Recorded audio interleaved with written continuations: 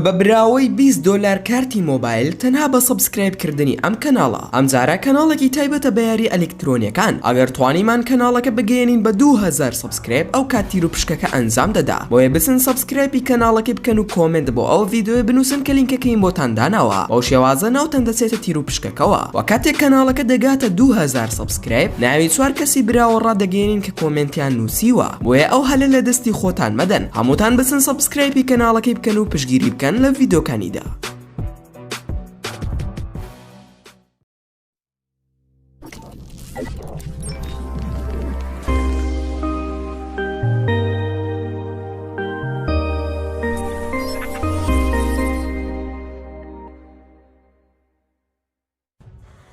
سڵاوتان لێبێ هەوڕێیان خۆشحاڵم کە دووبارە لە ڤیدیۆکی نوێدا گەڕامەوە لای ئێوەی ئازیز و خۆشەویست. بێگومان زۆربەی هەوڵەکانی مرۆڤی ئەم سەردەما بریتیە لە بەدەستهێنانی پارە و کۆکردنەوەی سامانێکی باش هەتا بتوانن خاوەنی ماڵ و سەروەتێکی باش بن. بەڵام پێویستە ئەوەش بزانین کە تەنها پارە هۆکاری دەوڵەمەندی نییە، بەڵکو لەش ساغی و تەندروستیش بە دەوڵەمەندی دادەنرێت. بەڵام لەوانەیە زۆرێک لە مرۆڤەکان ئەوە نەزانن. لەم ڤیدیۆیەدا باسی 15 کەسایەتی مێژووی دەکەم کە لە ڕووی سەروەت و سامانەوە زۆر دەوڵەمەندن و هەندێکشان سامانەکانیان بەجێهێشتووە بەهۆی مردنیانەوە. چونکە ئەم ژیانەی ئێرە هەتای نییە و لە کۆتاییدا بەجێی دەهێلین. ئەگەر ئەم بابەتت بەلاوە گرینگە ئەوە دەتوانیت تا کۆتایی ڤیدیۆکە بینەربیت و هەروەها ئەم کەسایەتیانش بناسیت. ژمارە 15 هێنری فۆرد، کاپتنی پیشەسازی ئۆتۆمبیل لە ئەمریکا و بازرگانی پیشەگەر کە بەرهەمی زۆرە لە بواری ئۆتۆمبیل و کۆمپانیای فۆرد لەسەر دەستی ئەو دامەزرا و سەرەتاکان ئۆتۆمبیلی وای دروست دەکرد کە چینی ناوەند بتوانێت بیکڕێ. بەڵام دواتر ئەو کارەی کردە کردداری و شۆڕشێک لە دروستکردنی هۆکارەکانی گواستنەوە وەکو خاوەنی کۆمپانیای فۆرد بووە یەکێکش لە دەوڵەمەندترین و بەناوبانگترین کەسەکانی جیهانش بووە. بەڵام ئەو کۆسی دوای کرد و سامانەکەی زیاتر بوو لە 200 بلیۆن دلار و زۆربەی پارەکەی بۆ کۆمپانیای فۆرد بەجێهێشت. ژمارە 14 کۆرنێلیۆس ڤاندەربێڵت، سەدەی 19 چیرۆکی لە سفرەوە بۆ دەوڵەمەندی. سامانەکەی لە ڕێگەی ئاسنی و ئاویەوە بەدەستهێناوە. لە سەدەی 19 لە ئەمریکادا لەگەڵ باوکی کاری دەکرد کە باوکی کەشتێکی باری بەڕێوە دەبر لە دوورگەی ستاتن و مانهاتن و نیویۆرک. لە ساڵەکانی 1820 دەستی کرد بە کاری تایبەت بەخۆی کە کاڵای دەگواستەوە لە نیویۆرک. لە ساڵەکانی 1850 دەستی کرد بە بازرگانی ڕێگەی ئاسنی واتە ڕێگەی شەمەندەفەر. ئەو بەوە ناسرابوو کە زیرەک و باڵادەستە لە کاری بازرگانی و لە لووتکەی کارکردنیدا 202 بلیۆن دلاری دەستکەوت بوو بە پارەی ئێستا. ئەو کات پارە جیاواز بووە، دۆلار نەبووە، بۆیە دەوترێ پارەی ئێستا. جیاواز لە دەوڵەمەندەکانی تر. ئەو کۆمپانیای دانە مەزران تاوەکو دوای مردنی پارەکە لەو کۆمپانیای خەرج بکرێ یان پارەکە بدا بە گروپە خێرخوازەکان. بەڵکو زانکۆیەکی دروست کرد بە ناوی ڤاندەربێڵت لە ناشڤایل و خێزانی هیچ کام لەم کارانە ناکەن و پارەی ڤاندەربێڵت هیچی تر لە ناو خێزانەکەیدا نییە. ژمارە 13 موعەمەر قەزافی، شۆڕژگێر و ڕامیاری لیبیایی کە سەرۆک بووە بۆ ماوەی زیاتر لە 42 ساڵ. دەوترێت کە سامانەکەی لە 200 بلیۆن دلار زیاتر بووە، ئەوێش بە پارەی ئێستا. لەو کاتەوە دەستی بە توندوتیژی کردووە تا مردووە. لە ساڵی 2011 ئەو سامانی کۆ کردوتەوە کە هەندێک دەڵێن سامانەکەی 212 بلیۆن دلار زیاتر بووە. لە ماوەی 10 ساڵی فەرمانڕەواییدا بە تەواوی کۆنتڕۆڵی کێلگە دەوڵەمەندەکانی نەوتی کرد و ئەو پارانەشی کە بە دەستیان دەهێنا بە شێوەیەکی شاراوە بوو کە بە ڕێگای چەند ئەکاونتێکی بانکی پارەکەی وەردەگرت. لە سەرەتای شەڕ و پێکدادانەکان لە لیبیا حکوومەتی ئەمریکا 37 بلیۆن دلاری دۆزیە و لە وڵاتی ئەمریکادا و 30 بلیۆن دلار لە ئەڵمانیا و فەڕەنسا و ئیتالیا دۆزرایەوە و هەتا ئێستاش باوەڕیان وایە کە ئەو پارەی ماوەتەوە لەلایەن ئەوە شاردراوەتەوە. ژمارە 12 ویلیامی داگیرکەر، یەکەمین سەرۆکی بەریتانیا کە خەڵکی نۆرمەند بووە کە سەرکردایەتی کردووە لە ساڵەکانی 1966 دوای ئەوەی شکستی بە پاشا هاڕاڵ هێنا لە شەڕی خێرایی تاودان. کوڕی شازادی نۆرمەندیە و خانمێک ناوینان لێڤا و دواتر بە ویلیام ذە باستێرد ناسرا واتە ویلیامی زۆڵ. ئەو باوکی سەرخەز وەکو پاشای نۆرمەندی و لەلایەن پاشای ئینگلتەرا بەڵێنی پێدرا کە لە دوای ئەو دەبێتە پاشا کە پاشاکە ناوی ئیدوارد بوو و دوای ئەوەی بە یارمەتی نۆرمەندیەکان پاشا ئیدوارد بەسەر پاشا هاڕاڵ توانی زاڵ ببێ و ڕاگەیاندرا کە پاشا هاڕاڵ مردووە. ویلیام دەستی کرد بە داگیرکاری و تاڵان و هەر بەهۆی ئەوەوە سامانەکەی زیاتر بوو لە 228 بلیۆن دلار. ژمارە 11 جاکۆب فەگر بازرگان و بانکەوانی ئەڵمانیا جاکۆب فەگر لە سەدەی 16 لە ماوەی ژیانیدا سامان و هێزێکی زەبەلاحی بەدەستهێناوە کە دەوترێت سامانەکەی 227 بلیۆن دۆلار بووە لە لووتکەی سامانەکەیدا. سامانەکەی لە دامەزراندنی دامەزراوەیەکی چنین و بازرگانیکردن پێوەی بەدەستهێناوە، ئەویش لەگەڵ ئیتاڵیەکان بەڵام گەشەی بەکارەکەیدا بە بازرگانیکردن بەشتی هەمە زۆر لەگەڵ خێزانی شاهانەی نەمسا و پەرەی بەکارەکەیدا بۆ ئامێر و بازرگانی مسی بۆ خۆی مسۆگەر کرد. لە ئەوروپا بەو سامانە زەبەلاحی کە هەیبوو کاریگەری زۆری خستە سەر مێژووی ئەوروپیەکان، بەشێکی پارەکەیدا بۆ کەسانی هاوسەرگیری دەکەن و دڵنیاییدا بە چارلسی پێنجەم کە هەڵی دەبژێرێ و دوای مردنی خۆی سامانەکەی گوازرایەوە بۆ کوڕی براکەی ئەنتۆن فەگەر. ژمارەدا عوسمان عەلی خان شازادەی هیندستان بوو کە دواتر بووە بەشێک لە کۆماری هیندستان لە ساڵی 1948. لە ساڵی 1930 یەکەم لاپەڕی گۆڤاری تایم لەسەر گۆڤارەکە نووسرا بوو. دەوڵەمەندترین پیاو لە جیهاندا هۆکاری سامانەکەی بۆ ئەوە دەگەڕایەوە کە پەیوەست بووە بە خێزانی شاهانە و حکوومەتەوە. دارابۆ تەنها دابینکەری ئەڵماس بۆ لە جیهاندا لە سەدەی هەژداوا مەزن دەکراوە کە سامانەکەی لە 2 بلیۆن دۆلار زیاتر بووە کە لە دەستپێکەکانی ساڵی 1940 دەیکرد لە 102 لە ئابووری وڵاتە یەکگرتووەکانی ئەمریکا و بە پارەی ئێستا دەکاتە زیاتر لە 230 بلیۆن دۆلار. ئەڵماسێکی جاکۆب نرخەکەی زیاتر لە 40 ملیۆن دۆلار و ئەوە بەشێک بووە لە خشلەکانی نیزام و کاتێک ئەو جلی دەپۆشی خەڵک پێیان دەوت چاوچنۆک، بەڵام بەشی زۆری بیناو دامەزراوەکانی شاری هایدر ئاباد ئەو دروستی کردووە و بەشێکش لەوانە زانکۆی ئۆسمانیا و نەخۆشخانەی گشتی و دادگای بەرز و تەنها شتێکی زۆر کەم بوو لە سامانەکەی و دوای کۆچکردنی سامانەکەی درا بە حکوومەتی هیندستان و لەوانەیە نەزانن کە خشلەکانی نیزام بریتێ لە چی. خشلەکانی نیزام بریتێ لە کۆمەڵە خشلێکی زۆر بەنرخ کە عوسمان عەلی خان کۆی کردوتەوە و تاوەکو مر بە ئێستاشەوە دەڵێن کە ئەو دەوڵەمەندترین کەسی ئاسیایە.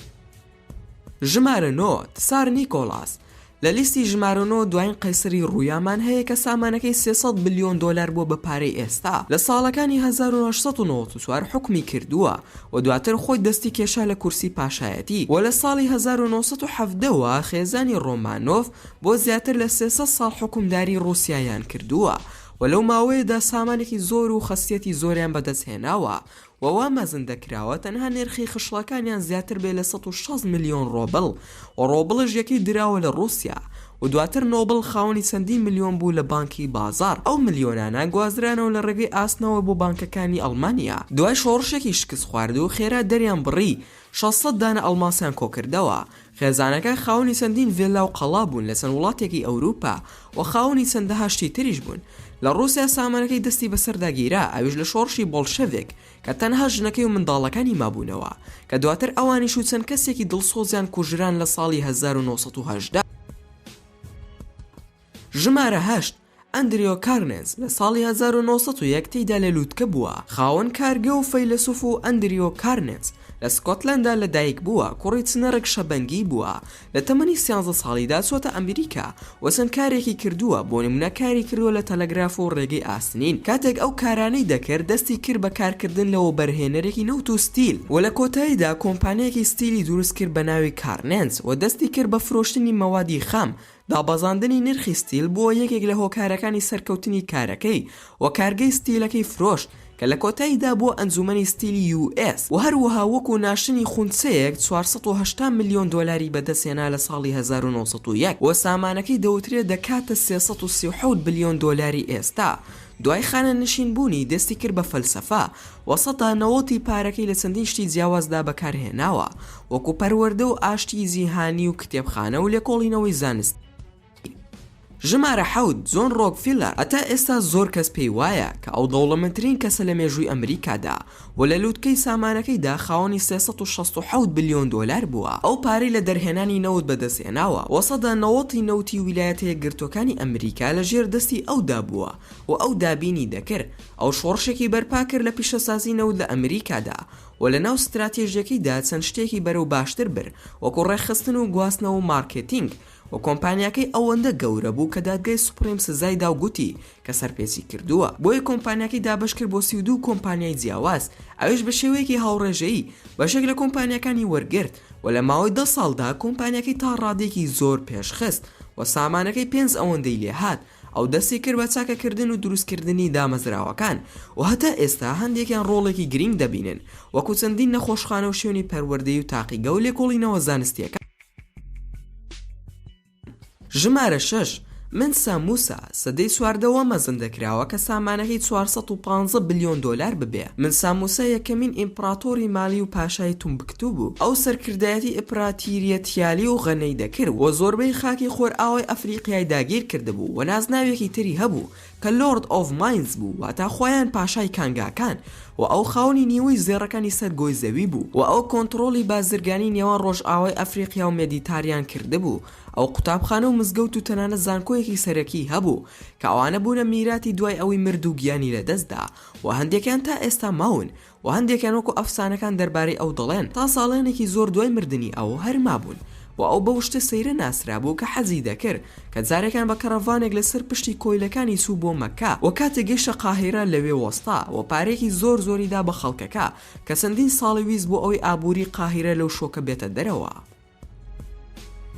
ژمارە 5 پاشا سۆڵمۆن لە ژمارە 5 لیستەکەمان کەسێکە لە ئینجیلدا باسکراوە کە سەرکردایەتی ئیسرائیلی دەکرد بۆ ماوەی 40 ساڵ ئەویش لە 370 پێش زاین بۆ 330 پێش زاینی ئەو بەوە ناسرا بوو کە زۆر زیرەکە و بە شێوەیەکی ئەفسانەی دەوڵەمەندە و لە کاتی فەرمانڕەوەی ئەودا ئیمپراتۆرەکەی گەیشتە لووتکەی جوانی و باشی و نایابی و ساڵانە 666 پارچە زێڕی وەردەگرت کە دەکاتە نزیکەی 87,000 پاوەند لە زێڕ بەهۆی بازدانان و چەند هۆکارێکی ترێش ئەو سامانی کە هەیبوو زۆر زیاتری دەکرد و دەوترێ سامانەکەی لە 2.2 تریلیۆن دۆلار بووە و وا دەوترێ کە ئەو سامانەکەی لە دروستکردنی باڵەخانەدا سەرف دەکرد وەکو یەکەمین پەرستگای لە قودس کە بە یەکێک لە سەیر و سەمەرەکانی جیهان ناسراوە.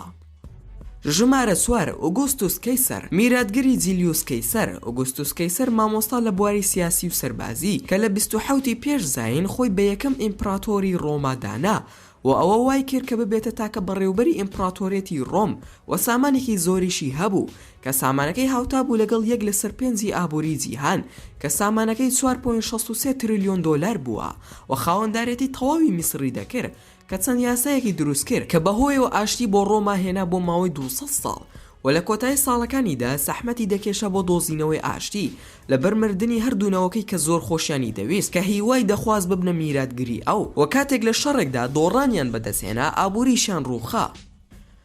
ژمارە 3 ئەکبەر لە ژمارە 3 لیستەکەمان لە دەوڵەمەندترین کەسەکانی مێژووە بریتیە لە ئەکبەری یەکەم کە سەرکردەی مەغۆلەکان بووە لە ساڵەکانی 1556 تاوەکو 1605 بریتیە لە ئەکبەری یەکەم کە سەرکردەی مەغۆلەکان بووە لە ساڵەکانی 1556 تاوەکو 1605 و ئەو جەنەڕاڵێکی باشی سەربازی بوو لە ماوەی حکومڕانی ئەودا دەسەڵاتی مەغۆڵ زۆر زیادی دەکرد کە خەریک بوو نیمسە کیشوەری هیندستان هەموو داگیر بکە کە ئەوە ژوای کرد ببێتە سەرکردەی 125 زەوی کە بەهۆی ئەمەوە سامانەکەی گەیشتە 21 تریلیۆن دۆلار بە پارەی ئێستا و ئەکبەر بەوە ناسرا بوو کە زۆر زیرەکە و بەڕێوەبەرایەتی پێکهێنا بوو کە لە ناوەندی دەسەڵاتی مەغۆڵ بوو کە بۆ زاڵبوونی بەسەر ڕەوشتی ئابووری و سەربازی و ڕامیاریەکان و بەشێکی هەم دەست بەڵاو بووە و هەم بەخشندە بووە. سێ دەست و پەیوەندی بۆ خۆی و خێزانەکەی دروست کرده بوو یەکێکیان لە دەلهی و ئاگرا و فاتحبور سکری و پەیوەندی زۆر باشی هەبووە لەگەڵ هونەر و کتێبخانەیەکی گەورەی دروست کرده بوو کە وێنە و پەیکەری لێدانا بوو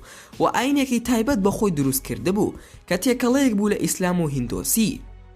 ژمارە 2 شان سۆنگ لە لیستی ژمارە 2 کەسە دەوڵەمەندەکانی مێژووە کە ئیمپراتۆریەکی سینە لە سەدەی 11 زاینیدا ئیمپراتۆر شان سۆنگ کەوا مەزن دەکراوە سامانەکەی زیاتر بێ لە 30 تریلیۆن دۆلار کە سەرکردایەتی سەدا 30 بەرهەمەکانی ناوخۆی وڵاتەکانی دەکرد لە ماوەی سەرکەوتنی ئاشتی و سەرەتایی زۆری سیستەمێکی نوێی ئابووری دروستکرا کە تەنانەت قەرزار و جوتیارەکانیشی دەگرتەوە و زەویەکانی هەموو دەپێوە بۆ ئەوی دڵنیا بێ کە بازی کەمتر نادەن و پرۆگرامێکی تر بۆ پیشەگەرەکان کە ئەو شتانەی تایبەت بوون بەوان و ئەو شوێنە دەچوو دەیفرۆشتەوە بە شوێنەکانی تر ئەو هەموو شتە تەنها بۆ بەرزکردنەوەی داهاتی حکوومەت بوو لەگەڵ ئەوەش ڕژێمی شان سۆنگ چەندین ئامێری جیاوازی هەبوو کە تایبەت کرابوو بۆ یارمەتیدانی خەڵک. ژمارە 1 جەنگیز خان خاوەنی ئیمپراتۆرە ترسێنەرەکەیە دروستکەری ئیمپراتۆرێکە کە ئیمپراتۆری مەغۆڵ بووە لە سەروی هەموو لیستەکەوەیە کە سامانەکەی بریتی بوو لە 100 تریلیۆن دۆلار لە نێوان ساڵەکانی 1206 بۆ 1227 ئەو سەرکردایەتی سوپاکەی دەکرد بۆ ناو شەڕێکی دڕندانە کە شەڕی بەرامبەر هەموو پاشاکانی هاوسێ کرد و هەموو شەڕەکانی بردەوە و لە کۆی گشتی 12 ملیۆن میلی سوارگۆشەی داگیر کرد کە ناوەندی ئاسیا و چینی داگیر کرد و سەری هەموو پاشاکانی پڕان کە خاکەکەی داگیر کرده بوو کە ئەو هەموو سامانە ئەوی کرد بە دەوڵەمەندترین کەس لە ڕووی مادی لە مێژوودا. بەم جۆرە ژاتینە کۆتایی ڤیدۆکەت پێ چۆن بوو؟ دەتوانین ڕای خۆتانمان لە کۆمنت بۆ بنووسن و زۆر سپاسان دەکەم کە تا ئێستا بینەری ڤیدۆکەم بوون. ئەگەر ڤیدۆکەمتان بەدڵ بوو ئەوە هەر ئێستا لایکی ئەم ڤیدۆیان بۆ بکەن و هەروەها شەیری بکەن لەگەڵ هاوڕەکانیشتاندا و لە بیرشتان نەچێ ئەگەر ئەتانەوێت هەمیشە بابەتی ناوازە لە کەناڵەکەم ببینن ئەوە هەر ئێستا سەبسکرایبی کەناڵەکەم بکەن و هەروەها زەنگۆڵی تەنیشتی سەبسکرایبەکەش چالاک بکەن بۆ ئەوەی بابەتەکانتان بە ئاگادارکردنەوە پێ بگا و لە بیرشتان نەچێ هەر ڕەخنەیەک یاخود پێشنیارێک یاخود بیرۆکەی ڤیدۆیەکت بۆمان هەیە ئەوە هەموویمان لە کۆمنتی ئەم ڤیدۆیەدا بۆ بنووسە و ئینشاءالله بە زووترین کات وەڵامتان دەدەمەوە و دووبارە سوپاسان دەکەم بۆ تەماشاکردنی ڤیدۆکەم تا ڤیدۆیەکی تر و تا کاتێکی تر هەر شاد و بەختەوەر بن و خواتان لەگەڵ بێت و